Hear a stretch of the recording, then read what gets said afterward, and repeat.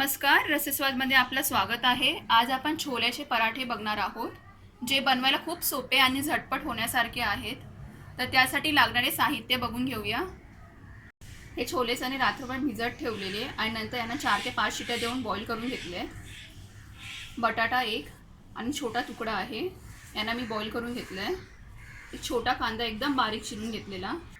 हे गव्हाचं पीठ मळून घेतलं आहे, जसं आपण चपातीसाठी मळतो तसं सेम मळून घेतलेलं आहे। छोटा चमचा जिरे पावडर, 1 चमचा लाल मिरची पावडर आणि थोडंसं काळी मिरी पूड। सर्वप्रथम छोले चणे आणि बटाटे मॅश करून घेऊया।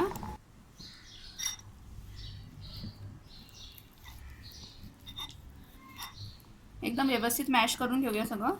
बटाटे आणि चणे व्यवस्थित मॅश झाले। कांदा, जिरे पूड, लाल मिरची पूड, थोडीशी काळी मिरी पूड, मीठ चवीप्रमाणे व्यवस्थित मिक्स करून घेऊया।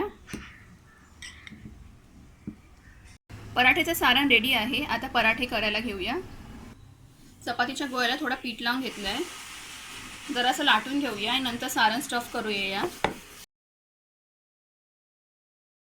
एवढ्या साईजमध्ये केल्यानंतर आपण सारण स्टफ करायचं आहे। सारणचा गोळा केलाय आणि हा अशा प्रकारे आपण मध्ये ठेवायचा आहे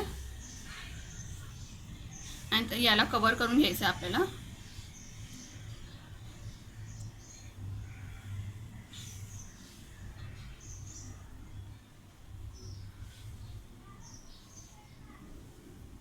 बघा असं बंद करायचं आहे।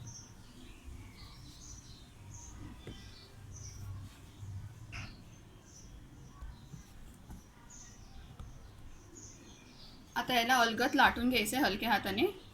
गोळ्याला पीठ लावून घेतलंय, आता हलक्या हाताने याला लाटून घेऊया।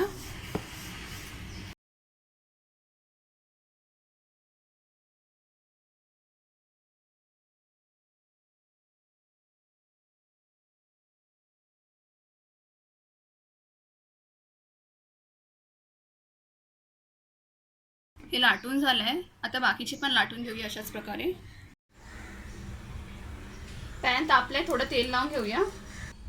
पराठा घालूया। मीडियम फ्लेमवर खरपूस भाजून घेऊया, दोन्ही पण साइडून परतून घेऊया।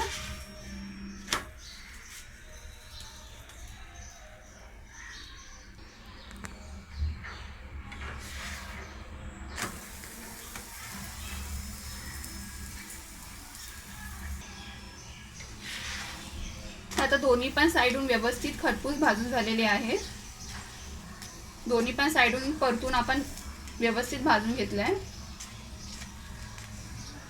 आता हे काढून घेऊया आणि बाकीचे पराठे भाजून घेऊया। आपले छोले पराठे बनून रेडी आहेत।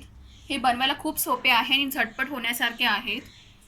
तर तुम्हीही अशा प्रकारे करून बघा आणि मला कळवा हे कसे होतात ते। हा व्हिडिओ आवडला असेल तर लाईक करा आणि रसस्वादला प्लीज सबस्क्राईब करा। धन्यवाद।